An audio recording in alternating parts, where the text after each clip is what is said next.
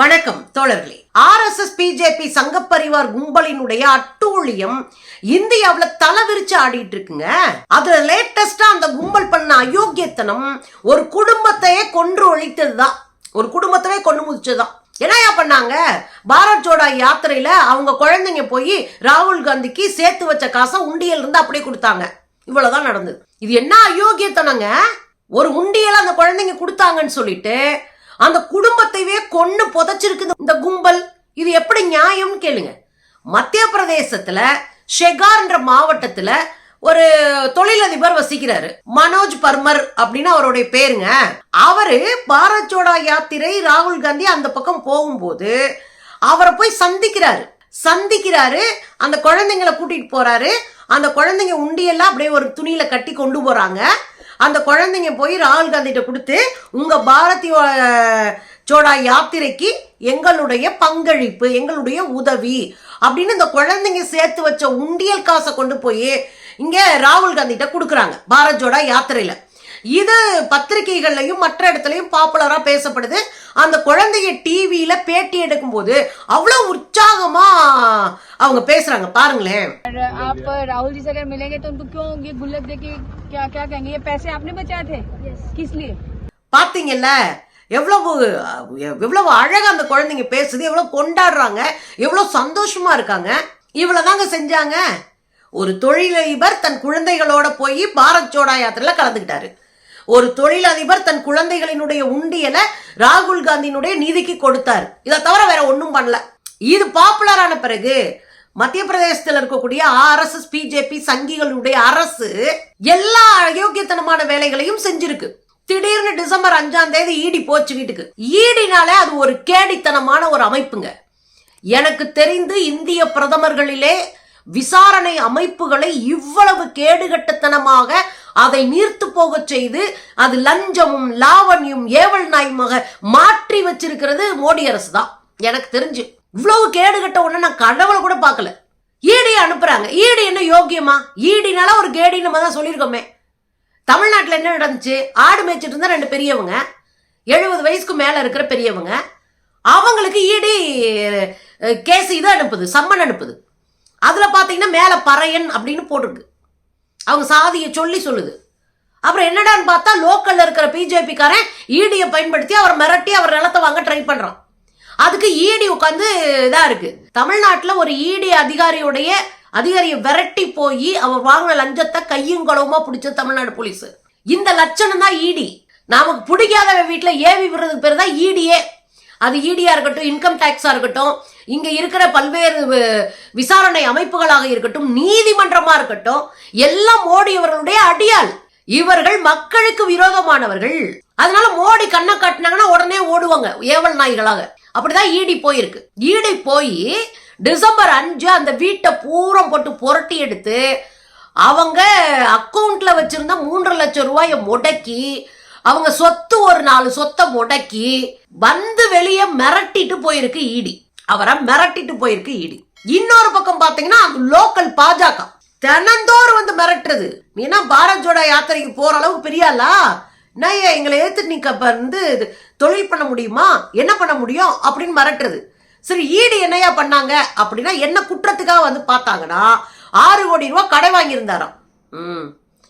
பல லட்சம் கோடி ரூபாய், 25 லட்சம் கோடி ரூபாயை வாராக்கடனா மாத்தி கார்பரேட் முதலாளிகளுக்கு கொஞ்சம் கூட கூச்ச நாச்சம் இல்லாம கை கழுவி விட்டவர் தான் மோடி. ஆனா ஒரு சாமானிய அல்லது மாற்று கட்சியில இருக்கக்கூடிய ஒரு தொழிலதிபர் அப்படின்னா இவங்களுக்கு எரிச்சலாயிரும். அதனால இந்த மோடி என்ன பண்ணுவாரு? ஓடி வருவாரு. ஓடி வந்து எல்லாத்தையும் குழப்பி விட்டுட்டு போவாரு. இங்க இருக்கிற அதானி அம்பானிக்கு கோடி கணக்கில் கொட்டி கொடுக்கிற மோடிக்கு ஒரு தொழில் நிறுவனத்தை சின்னதா ஸ்டார்ட் அப்பா ஆரம்பிச்சு அடுத்த கட்டத்துக்கு வளர்றவங்களை பார்த்தா கிள்ளுக்கரையா இருக்கும். அவங்க நமக்கு அடிமையா இருக்கணும்னு எதிர்பார்க்கிறது. இப்படி பல வேலைகள் நடந்தது. அரசியல் கட்சி தலைவர்களை கைது பண்ணலையா ஈடி? அதுல எல்லாம் மணீஷ் சிசோடியா ஆம் ஆத்மி பார்ட்டியினுடைய துணை முதலமைச்சரா இருந்தவர். அவர் 2 வருஷத்துக்கு மேல ஜெயில போட்டாங்க. அவர்கிட்ட பாஜக ஒரு பேரம் பேசிச்சு, நீங்க உங்க கட்சியை விட்டு தயவு செஞ்சு வாங்க, எங்க கூட வந்து சேர்ந்துக்கங்க அப்படின்னு பேரம் பேசிச்சு. அந்த பேரத்துக்கு மடியாம இருந்தவர் தான் மணீஷ் சிசோடியா. என் கழுத்தை அறுத்து செத்தாலும் செத்துக்கவனே ஒழிய நான் உங்களோடு பயணிக்க மாட்டேன்னு சொன்னவர். அப்படியே சொல்லியிருக்காரு அவர். ஆனா நல்லா ஊழல் பண்ணிட்டு லஞ்சம் வாங்கிட்டு மாட்டிக்கிட்டு கேஸுக்கு பயந்து ஓடி போய் ஜாயின் பண்றாங்கல்ல. நம்ம ஊர்ல இருக்கிற லோக்கல்ல இருக்கிற அதிமுக, மகாராஷ்டிராவில் இருக்கக்கூடிய ஏக்நாத் ஷிண்டே, அஜித் பவார், இந்த கும்பல்லாம் வேற. மிரட்டலுக்கு பயந்து அங்க ஓடி போன கும்பல். மிரட்டலுக்கு பயப்படாம இருக்கிற செந்தில் பாலாஜி மாதிரியான ஆட்கள், இங்க மணி சிசோடியா மாதிரியான ஆட்கள், கவிதா இவங்களுடைய பொண்ணு சந்திரசேகர் ராவுடைய பொண்ணு கவிதா மாதிரியான ஆட்கள் எதிர்த்து நிக்கிறாங்க. இங்க DK சிவகுமார் மாதிரியான ஆட்கள்லாம், துணை முதலமைச்சர் சிவகுமார் கர்நாடக மாநிலம். அப்ப எப்ப பார்த்தாலும் எதிர்கட்சிகளை எல்லாம் காயப்படுத்துவதும் தலைவர்களை கொச்சைப்படுத்துவது, அவங்களை ஜெயில வைக்கிறது, அதன் மூலமாக ஒரு பாலிடிக்ஸ் செய்யறதுன்ற கேடுகட்டத்தனத்தை தொடர்ந்து பாஜக பண்ணிட்டு இருக்கு. ஆனா இப்ப எங்க வந்து நிக்குதுன்னா, தொழிலதிபர்களை மிரட்டுவது, அவர்களை வேலை செய்ய விடாம ஆக்குறது, சொத்தை முடக்கிறது, அவங்க மேல ஒரு சாயத்தை பூசுறது, திருட்டு பையன் சாயத்தை பூசுறது. உண்மையிலேயே அந்த அவர் தப்பு பண்ணேன், நான் திருடுத்தாலும் செஞ்சேன்னா எழுத்து நிப்பாரு. அவர் கொடுத்த டார்ச்சர்ல அவரும் அவர் மனைவியும் தூக்குல தொங்கிட்டாங்க. 2 பச்சை குழந்தைங்களை விட்டுட்டு தூக்குல தொங்கி இருக்கிறாங்க. ஒரு குடும்பத்தவே நாசமாக்கிட்டானுங்க, ஒரு குடும்பத்தவே அழிச்சு விட்டானுங்க. கடிதம் எழுதி வச்சுட்டு தற்கொலை பண்ணியிருக்கிறாங்க. அந்த கடிதத்தில் அவங்க என்ன சொல்றாங்கன்னா, ராகுல் காந்தி என் குழந்தைகளை கைவிட்டு விடக்கூடாது, நீங்க பாத்துக்கோங்க அப்படின்னு சொல்லிட்டு செத்துருக்கிறாங்க. இதுல நீங்க பாருங்க உங்க ஆட்சி எப்படி இருக்குன்னு மோடிக்கும் மற்ற ஜனாதிபதிக்கும் அதுல ஒரு பதிவை போட்டு செத்து போயிருக்காங்க. இது போலீஸ் கையில கிடைச்சிருக்கு, அவங்க வச்சிருக்கிறாங்க. இப்ப அங்க இருக்கிற காங்கிரஸ் ஓடி போய் அவங்களுக்கு அந்த குழந்தைங்களை காப்பாத்தி அவங்களுக்கு ஆதரவாக அங்க ஆர்ப்பாட்டங்களை செஞ்சு பார்லிமெண்ட்ல பேசின தான் இது வெளியே தெரியுது. காஷ்மீர்ல அந்த குழந்தையை எப்படி ரேப் பண்ணி கொலை பண்ண விஷயம் நமக்கு 3 மாசம் கழிச்சு அங்க இருக்கிற CPM MLA சட்டமன்றத்துல பேசின பிறகு, கம்யூனிஸ்ட் MLA சட்டமன்றத்துல பேசின பிறகு வெளியே வந்ததோ, அது போல பார்லிமெண்ட்ல பேசின பிறகுதாங்க நமக்கு தெரியுது. காங்கிரஸ் MP மத்திய பிரதேசத்தை சேர்ந்தவர் பார்லிமெண்ட்ல கேள்வி கேட்கிறாங்க, இந்த சங்கி கும்பல் வாயே திறக்கல.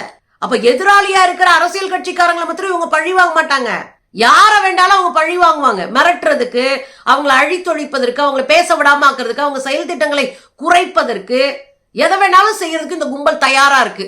அதுல சிக்கி இறந்து போனவங்க தான் இந்த தொழிலதிபருடைய குடும்பம்.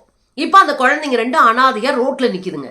எந்த நியாயமும் இல்லாத, எந்த மனசாட்சியும் இல்லாத, எந்த குற்ற உணர்ச்சியும் இல்லாத ஒரு கும்பலை நான் நேரடியா பாக்குறேன். அது இந்த காவி கும்பல் தான். ரொம்ப கேடுகட்ட கும்பல். இவ்வளவு கேவலமா ஒரு அரசியலை நான் என் வாழ்நாளிலே சந்திச்சது கிடையாது. நான் 20 வயசுல இருந்து அரசியல் இருக்கேன், 18-19 வயசுல இருந்து மாணவ சங்கத்துல இருக்கேன். அப்ப இருந்தா அரசியலை படிச்சுட்டு இருக்கோம். இவ்வளவு கேடுகட்டு தனக்கு எதிரா இருக்கிற ஒரு குடும்பத்தவே அழிச்சு ஒழிக்க மோடி கும்பல் தயாரா போய் நின்று எல்லாத்தையும் செஞ்சு முடிச்சுட்டு என்ன பண்ணுவீங்க அப்படின்னு நெஞ்ச அனுமதி கேட்கறது இருக்குல்ல, இந்த அயோக்கியத்தனத்தை தட்டி கேட்கணும்னா மக்கள் ஒத்துமையா கைப்பிடிச்சு நிக்கணும். இல்லைன்னா நாளைக்கு நம்ம வீட்டுல இதே தான் நடக்கும். நாம வேடிக்கை பார்த்துட்டு இருப்போம், ஒருத்தர் அடிக்கிறத. முடியலங்க.